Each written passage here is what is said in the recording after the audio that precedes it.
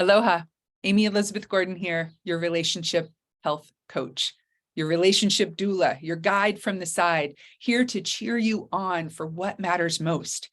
Because if you're anything like me, it's how you get along with other people that you give a lot of real estate to in your mind.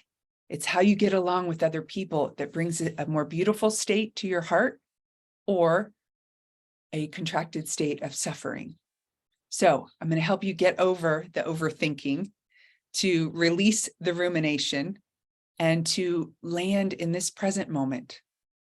Ask yourself, why am I talking? So inviting in that pause, that sense of waiting. Is doing what I'm about to do going to do my future self a favor? Yeah. Is saying what I'm about to say really advocating for my partner's well-being, or am I just criticizing? Because criticism is the adult cry. It's the protest of loss of connection.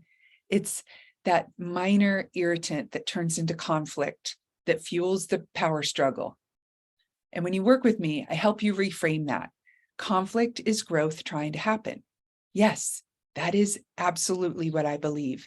And how do we continue to grow without churning up conflict?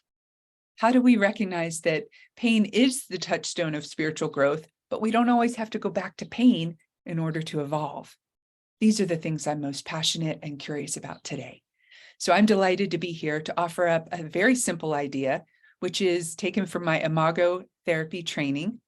This is about the maximizer and the minimizer, the hailstorm and the turtle, the person who expresses a lot of energy and wants to problem solve and figure out what happened and process and talk about and come after solution.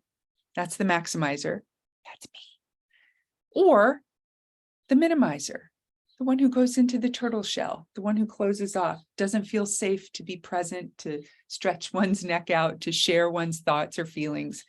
And when things get churned up in that power struggle, when the space between feels tight or conflicted, or there's that contraction, the turtle, the minimizing energy, shuts down, goes within, doesn't reach out for support over here, doesn't try to engage with partner, but just waits for time to come along and take care of the issue.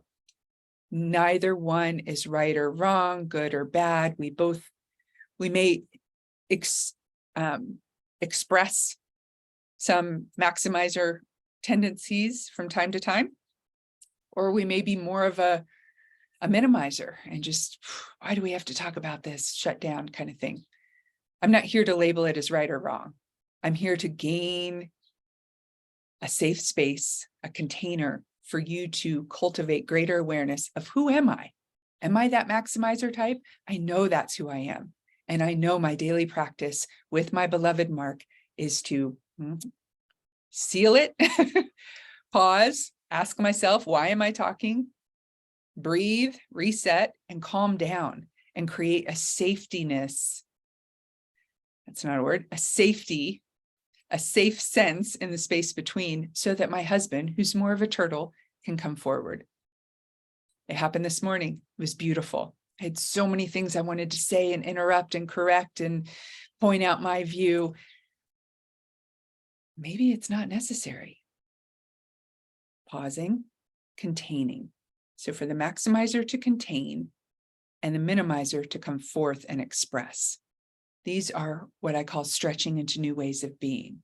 And it takes two to tango. It takes both partners willing to flex and experiment with how they show up in order for that safety and the containment to happen. If this is curious to you, if you'd like to learn more, reach out to me. Through the intentional dialogue, the safe container that I guide my couples through, we get into more deeper understanding of patterns of communication that may or may not be serving you, that may or may not be contributing to the power struggle. A lot of couples come to me and say, I'm just so different from my partner. We're incompatible. And I say, hey, no problem. We don't have a problem here. Incompatibility is good news. It helps you differentiate. It helps you know who you are and who your partner is. And how we communicate, that's something we can pay attention to. That's something we need to pay some energy and regard to in terms of allowing safety and connection. Safety is a precursor for intimacy. So much I can say about this. In case you couldn't tell, I geek out on this stuff. It's my jam. Love it.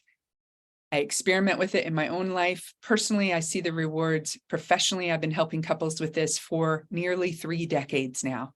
And it is my great good fortune to serve couples to get the space between better, which, if you're a parent, that space between is the playground for the child. Therefore, we have that ripple effect of positive shift and healing and transformation to get over our collective trauma, to quit wounding each other and quit that self-aggression. It's not getting us where we need to go. The time is now to shift the drift and heal. Let me know what support looks like. Take good care.